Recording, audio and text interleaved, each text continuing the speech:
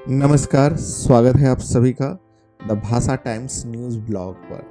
तो पिछले वीडियो में आप लोगों ने बहुत ही ज़्यादा इस चैनल को प्यार दिया, इसके लिए बहुत बहुत आभार आप लोगों का। तारीख है 24 जनवरी 2025। तो बिना देरी किए हुए आज की खबर की शुरुआत करते हैं। तो भारत और कंबोडिया के बीच जो है पहला एक तरीके से संयुक्त टेबल टॉप अभ्यास सिनबैक्स का आयोजन हुआ था। ये पुणे में आयोजन इसका किया गया था और इसका तारीख आपको याद रहना चाहिए, 1 से 8 दिसंबर तक ये पुणे में हुआ था। और इसलिए जो है सिनबैक्स भारतीय सेना और कंबोडिया की सेना के साथ हुआ था, तो आपको ध्यान रखना चाहिए। आगे बढ़ते हैं। 24 जनवरी को उत्तर प्रदेश दिवस मनाया जाता है और इस बार जो है उत्तर प्रदेश में एक विशेष महोत्सव चल रहा है। आप कमेंट करके बताओ कि कौन सा महोत्सव चल रहा है और कहाँ पर ये हो रहा है। बेसिक सा सवाल है, उम्मीद करता हूँ कि आप कमेंट करके ज़रूर बताओगे। और इसके साथ ही जो है उत्तर प्रदेश के 75 जिलों में जो है ये भव्य तैयारी चल रही है यूपी दिवस को लेकर के, और हर जिले का जो है प्रदर्शनी एक तरीके से झांकी निकाला जाएगा। स्थापना दिवस की थीम जो है विकसित भारत के आधार पर होगी। आपको ये बताना है कि भारत ने को जो है कब तक विकसित भारत का लक्ष्य रखा गया है। तो आगे बढ़ते हैं। 24 जनवरी 1950 को जो है उत्तर प्रदेश की एक तरीके से स्थापना हुई थी। इसके पहले जो है इसका नाम था यूनाइटेड प्रोविंसेस, और उत्तर प्रदेश के जो गवर्नर हैं उनका नाम है आनंदीबेन पटेल है, जो गुजरात की पूर्व मुख्यमंत्री भी रही हैं। और मुख्यमंत्री जी के बारे में तो आप सभी जानते ही होंगे। कैपिटल है लखनऊ। ठीक है, इतना ही फिलहाल। और एक खबर और है, तो वहाँ के बर्ड्स के बारे में आपको जानना चाहिए। जो राजकीय बर्ड है वो है सारस क्रेन। ठीक है, आगे बढ़ता हूँ। अगला खबर जो है वो है छत्तीसगढ़ से। छत्तीसगढ़ के मुख्यमंत्री विष्णु देव साय ने एक योजना का शुभारंभ किया है जिसका नाम है पंडित दीनदयाल उपाध्याय भूमिहीन कृषि मजदूर कल्याण योजना। और इसके तहत जो है 10,000 रुपये की आर्थिक सहायता प्रदान की जाएगी हर साल।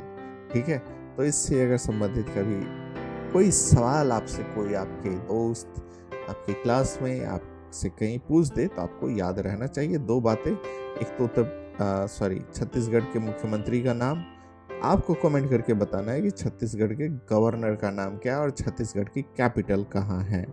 ठीक है, तो इतना तो आप बता ही सकते हो। तो चलो आगे बढ़ते हैं। एक और खबर है, वो है भारत और पाकिस्तान से। भारत और पाकिस्तान के बीच आप सभी को पता है कि एक वाटर ट्रीटी है जिसे हम लोग सिंधु जल संधि के नाम से भी जानते हैं, और इसकी मध्यस्थता जो है विश्व बैंक ने किया था। और यह आज की ट्रीटी नहीं है, पहले की ट्रीटी है, लेकिन इसको लेकर के विवाद हमेशा से रहा है दोनों देशों के बीच। तो यहाँ पर जो आप नदी देख रहे हो मैप में, इसको लेकर के आपको पता होना चाहिए कि जो पूर्वी नदियाँ जो है सतलज, व्यास, रावी, इसका जो भारत के पास पानी इस्तेमाल का पूरा अधिकार होगा। और जो पश्चिम की जो नदियां हैं सिंध, चेनाब और झेलम, इसको लेकर के अधिकार सीमित रहेगा। ठीक है, लेकिन इसके अलावा जो है कुछ कुछ अधिकार पर, चूंकि नदी है तो उतना तो आप कंट्रोल कर नहीं सकते हो, तो सीमित है।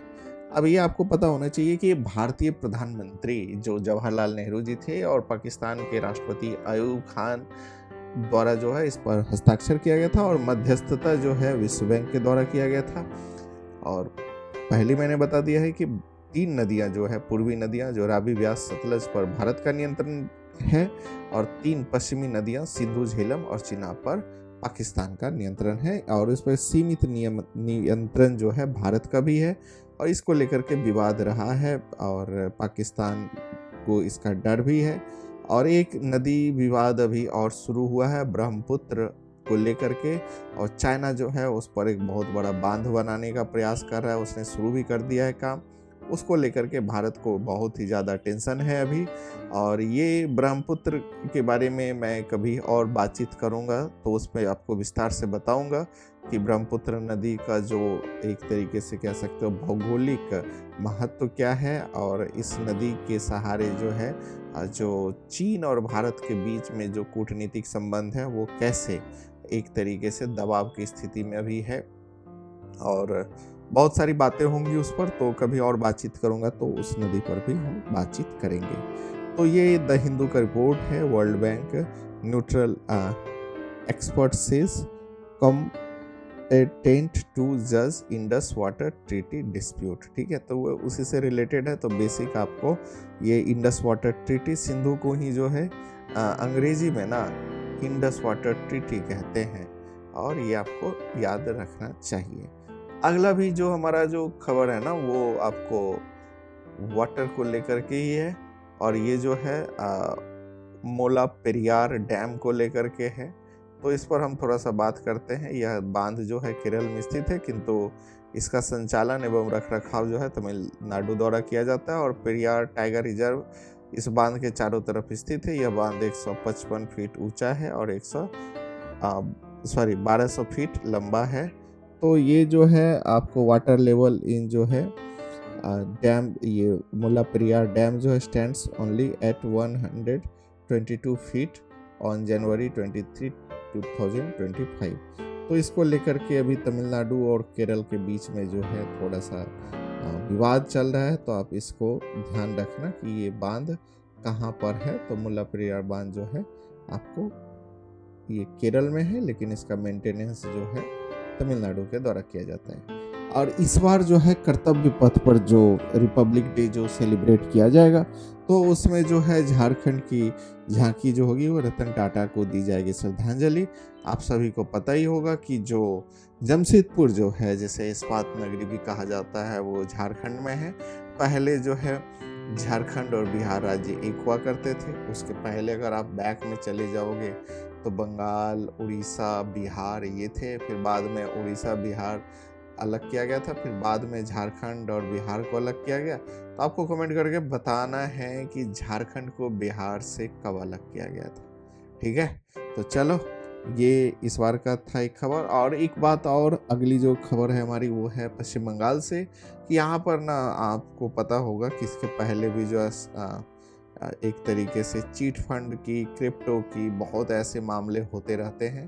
तो ईडी ने पश्चिम बंगाल में कई जगहों पर की छापेमारी, आपत्तिजनक दस्तावेज बरामद। ठीक है, तो इस बार जो है क्रिप्टो को लेकर के आप इस यहाँ बंगाल में जो है छापा पड़ा है ईडी का। तो आपको ये बताना है कि क्रिप्टो करेंसी भारत में बैन मतलब है या लीगल है। ठीक है, इसमें आप व्यापार कर सकते हो या नहीं कर सकते, इस पर आप क्या सोचते हो कमेंट करके जरूर बताना। और इसके पहले जो है यहाँ पर एक चीट फंड कांड हुआ था, जिसको लेकर के काफी बवाल भी मचा था। तो कमेंट में आपको बताना है कि उस चीट फंड का नाम क्या था। ठीक है, खेलो इंडिया सीजन की जो शुरुआत है, गुरुवार को लद्दाख में खेलो इंडिया विंटर गेम्स 2025 की शुरुआत होगी। और इसको जो है आपको कौन उद्घाटन करेगा, तो केंद्रीय मंत्री डॉक्टर मनसुख मंडाविया जो है इसका शीतकालीन खेल का उद्घाटन करेंगे।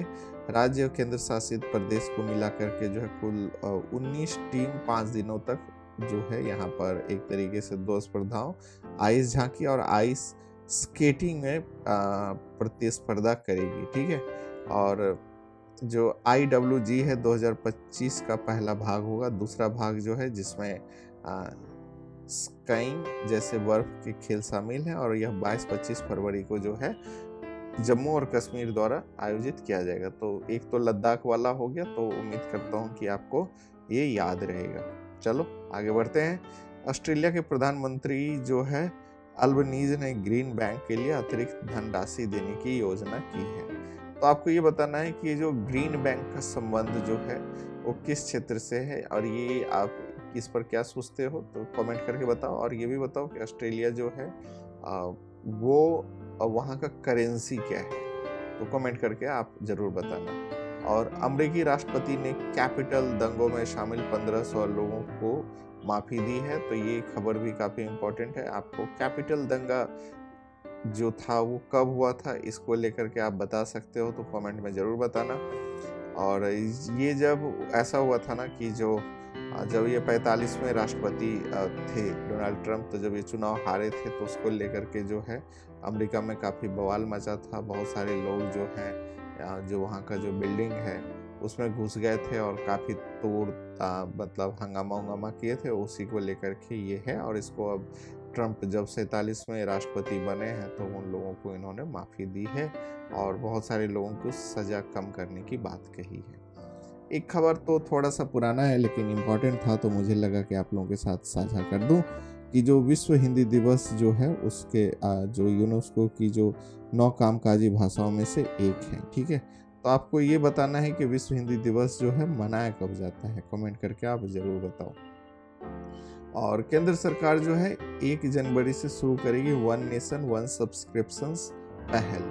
ये काफ़ी इम्पोर्टेंट था, तो मुझे लगा कि इस पर थोड़ा सा बात कर लेना चाहिए आप लोगों के साथ। ये वन नेशन वन सब्सक्रिप्शंस पहल क्या है, तो आपको पता होगा कि इसमें जो है विज्ञान, तकनीक, इंजीनियरिंग, चिकित्सा, गणित, प्रबंधन, सामाजिक विज्ञान, मानविकी विज्ञान जैसे विषयों पर आधारित 13,400 से अधिक अंतर्राष्ट्रीय जर्नल्स जो हैं उपलब्ध कराए जाएंगे।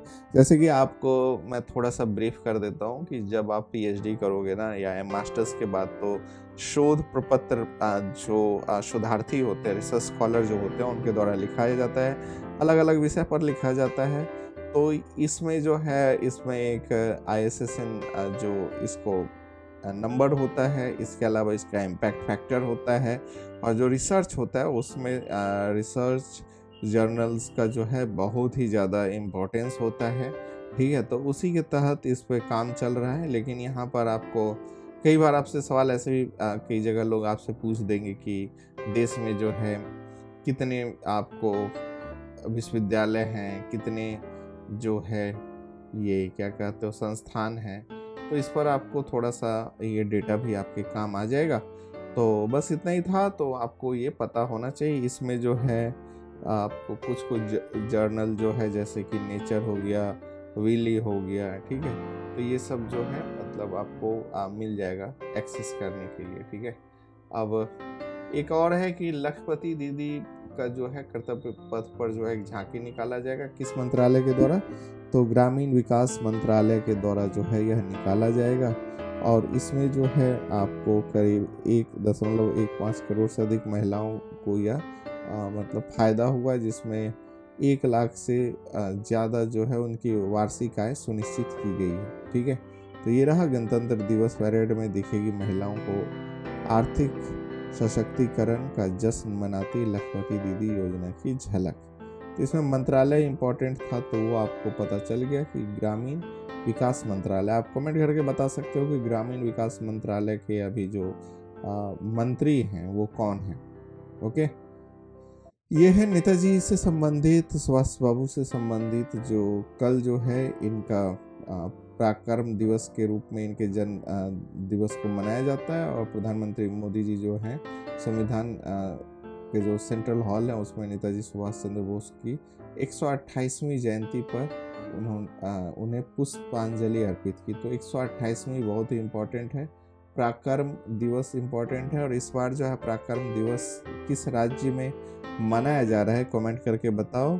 और अगर आपको इस बारे में नहीं आइडिया है तो मेरा कल वाला वीडियो ज़रूर आप जा कर के देखना, तो उसमें आपको पूरा पता चल जाएगा कि नेताजी का जन्म कहाँ हुआ था। इसके साथ ही जो है आपको जो पराक्रम दिवस की शुरुआत कब भी हुई, ये सब बातें उसमें किया हूँ। अगर इसमें सारा बताऊँगा तो वीडियो थोड़ा लंबा हो जाएगा, तो सॉरी फॉर दिस। आगे बढ़ते हैं, तो ये रहा। और इन्होंने इस दिवस पर जो है छात्राओं से बातचीत किया है।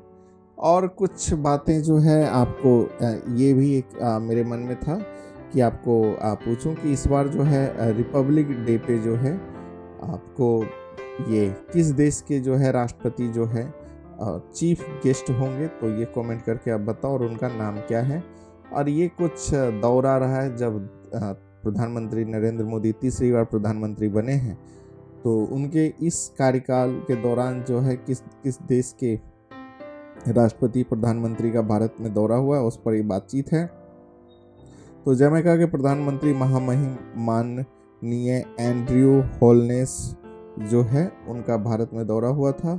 इसके अलावा जो है जर्मन के जो चांसलर हैं ओलाफ स्कोल्स की भारत यात्रा 24 से 26 अक्टूबर 2024 तक हुई थी। इसके अलावा जो है स्पेन सरकार के राष्ट्रपति भारत यात्रा के दौरान जो है आपको आए थे, जिनका नाम जो था पेड्रो सांचेज था, ये 28 से 29 अक्टूबर पर भारत के दौरा पर आए हुए थे।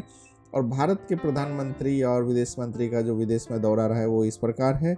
कुवैत की यात्रा पर मोदी जी गए थे 21-22-2024 को, और प्रधानमंत्री की नाइजीरिया, ब्राज़ील और गुयाना की यात्रा 16 से 21 नवंबर 2024 को हुई थी। 16वें ब्रिक्स शिखर सम्मेलन में प्रधानमंत्री जो हैं वो रूस की यात्रा पर गए थे, जो कि 22 और 23 अक्टूबर 2024 को था।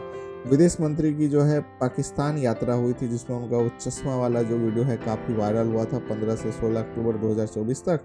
इसके अलावा जो है राष्ट्रपति की अल्जीरिया, मॉरिटानिया और मालवी की राजकीय यात्रा हुई थी 13 अक्टूबर से 19 अक्टूबर के बीच में। प्रधानमंत्री की जो है वियेटनाम, लाओ, पीडीआर की यात्रा हुई थी, और विदेश मंत्री की श्रीलंका यात्रा हुई थी। इसके अलावा जो है प्रधानमंत्री की संयुक्त राज्य अमेरिका की यात्रा जो है 21-23-2024 को हुआ था सितंबर महीने में। तो ये सारी बातें हैं, आपको इतना पता होना चाहिए, क्योंकि यात्रा बहुत ही इम्पोर्टेंट होता है।